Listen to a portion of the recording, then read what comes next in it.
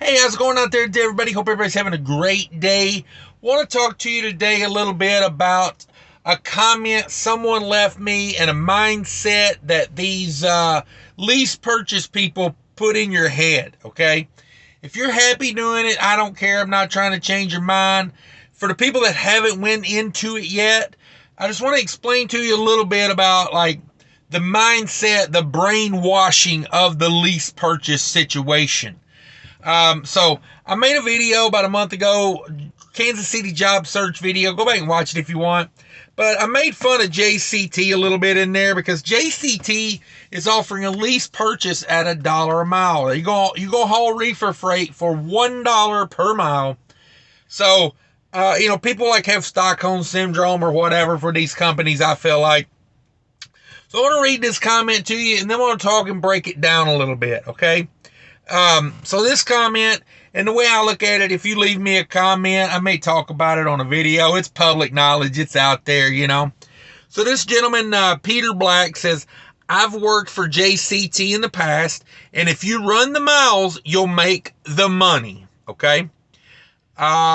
He says, and they do have the miles.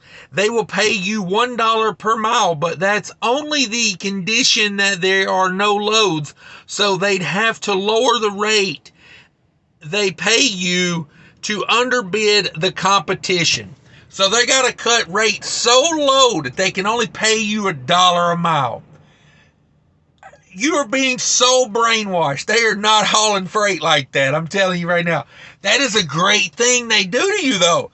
Man, imagine if the company you were with said, oh, hey, we had to undercut the competition, so we can only throw you $1 a mile these days. I'd say, arrivederci. I got better things to do than run freight for $1 a mile. Let me continue on with this. I mean, there's so much in this freaking comment right here. I can make a 50-minute video off of this. All right, so he says, when I was there, it was $1.07 a mile, not to mention the fuel surcharge. So it actually fluctuated between $1.25 and $1.30 to haul reefer freight. $1.25, $1.30. Whoo, man. He says, getting 3,500 miles in a week is not an uncommon thing.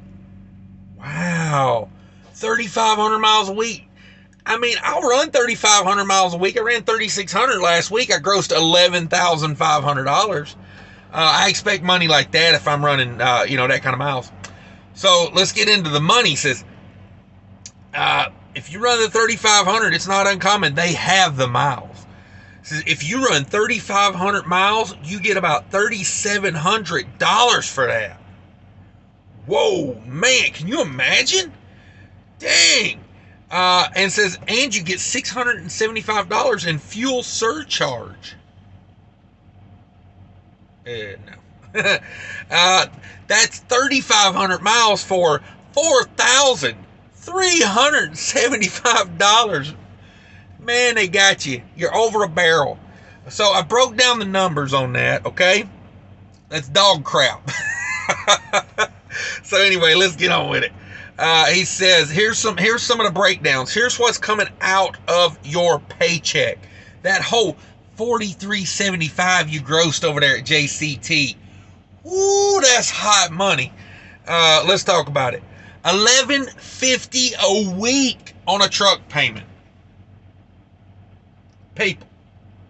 People, they're making as much money off of you driving and buying that truck. Or excuse me, they're making as much as you. I can't even say it. It makes me so mad. They're making more money off of you paying $11.50 a week for a damn truck. Come on, don't do it. Don't pay $11.50 a week for a truck. My God, unless you're owning that thing in like 3 years or less, don't do it. Don't do it. He says that'd be a $300 maintenance escrow. So apparently that's what, like 7-8 cents a mile in maintenance escrow. $1,200 in fuel. I'm sorry, but in this day and age, right now with current fuel prices, if you run 3,600 miles, yeah, I guess that'd be about $1,200 to $1,500 in fuel. So that's we'll give them that. That's kind of best case scenario on fuel though. And he calculates $75 in there for food and drink. I don't know why you calculate that in your variable cost, your food and your drink. But anyway, let's finish the comment, and then I'll really get into this. He says, that leaves you a cool $1,600 per week, and that's what I consistently made there. It gets a bad rap because they are straight with you up front. There ain't a damn thing about this up front being straight. This is as crooked as a damn boomerang, son. Like, this is a joke. So anyway, they don't lie to you to get you in the door. If this gets you in the door, my God, like, they've got you. Man, if you walk in there and you agree to this, they are just like, thank you, Jesus. We're fixing to make so much money off of these people. Like, a JCT's probably making 3 times what you're making over there, and you're doing all the work. You're taking all the risk. Like, I mean, I know they got a sign for these trucks for you. They're taking risk in that. But they can just freaking, like, slip seat that truck. As soon as you realize you're getting ripped off and you leave, they'll bring another guy in and put him right in that seat. So anyway, let's wrap it up. Sorry, I keep getting, oh man, like, to know they're doing people like this really irritates me.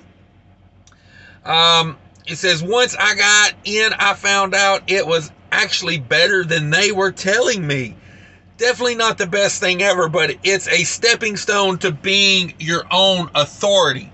No, it's a stepping stone to the poorhouse. The money on that, let's break that down. 3,500 miles a week, and you're bringing home a cool 1,600. That's 45 cents a mile as an owner-operator. As a lease operator, whatever you want to call it. 45 cents a mile. I'd rather see you go to one of these Russian companies in the suburbs of Chicago and run 1099 for 60 cents a mile. At least they're responsible for the fuel. They're responsible for the truck. And you probably still make 60 cents a mile. You make 25% more.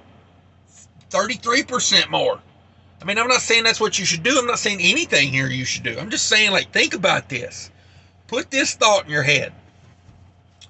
You're going to go over there. You're going to run 3,500 miles a week for $1,600. Simple math will tell you. Go to a company. With a good company. Go to a good company. There's some good companies out there.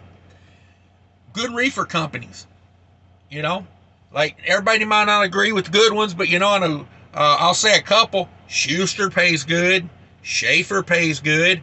There's others out there. You know, if anybody knows any good reefer companies out there that pay good. America Food Service, I was looking at them the other day. They pay pretty good. These are all over 50 cent a mile companies.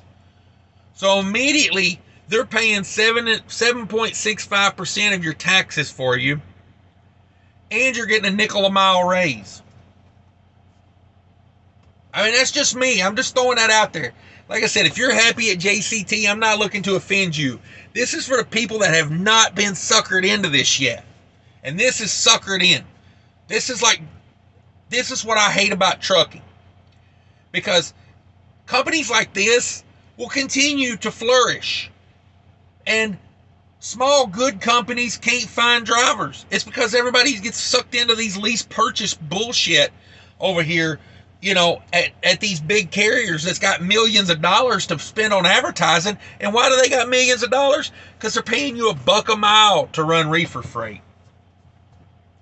It brings the industry down. Oh, they got to undercut the competition down to $1 so you got freight to haul? No, they don't. They're lying to you. And they're telling you, oh, we had to undercut the rate. So, you know, they're probably getting $3 a mile. And they're like, they're probably on the phone with the buddy.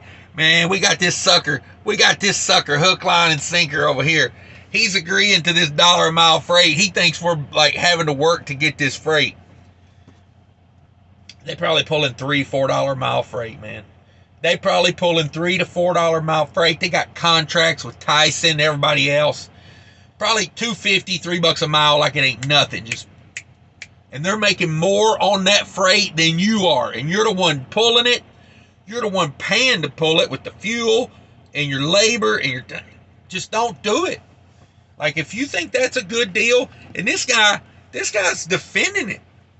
Like, that's why I say they got Stockholm Syndrome. That's a horrible deal. It's not a stepping stone. You know what a better stepping stone is? Go work for a good company.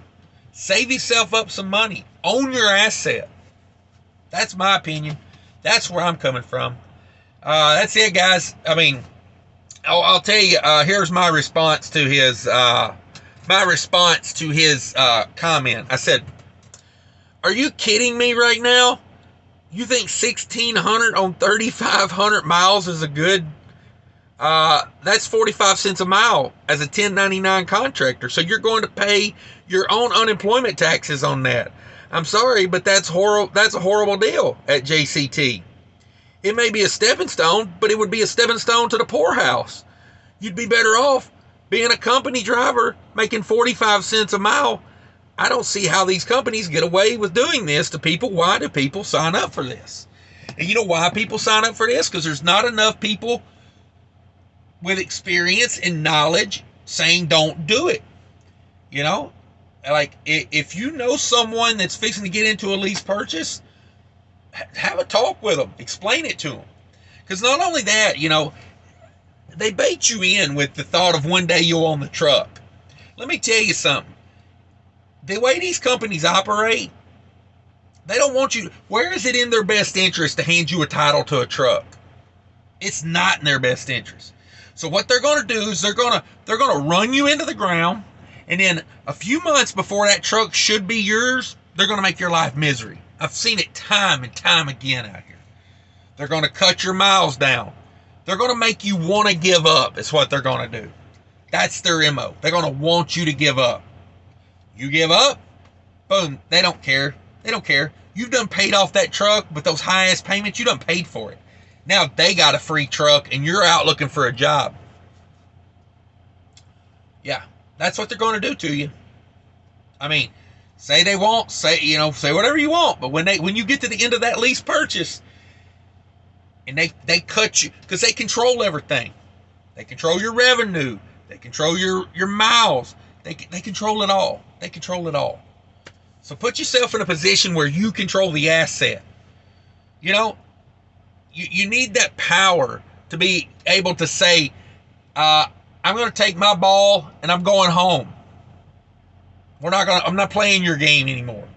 But you can't do that with a lease purchase, because you be 2 or 3 years into it and then they start messing with you. And what are you going to do? You going to walk away from 2 years of your life making subpar money because you had the hope and the dream that they were going to let you hold a title one day? They're not going to do it. They're not going to do it.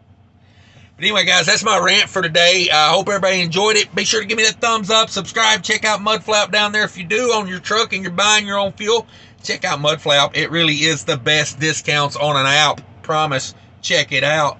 Anyway, guys, let's take care of each other out there. If you know somebody that's thinking about lease purchase, let's talk them out of it. Let's get the industry right. I think the industry would be better off if we had more owner-operators, people that own their assets, people that know their rate per mile, people that know what it costs to run a truck properly. I think the industry would be better off. Let's take the power away from these big companies that putting people in there for $1 a mile.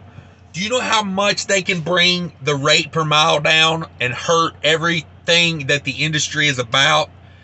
You know, like these big companies like this, these are the reason that the industry doesn't have to raise their pay. Because not only do they not have to raise their pay, hell, they can saddle you with the truck payment and the fuel. It's not right. It's not right. Anyway, take care of each other out there. Later.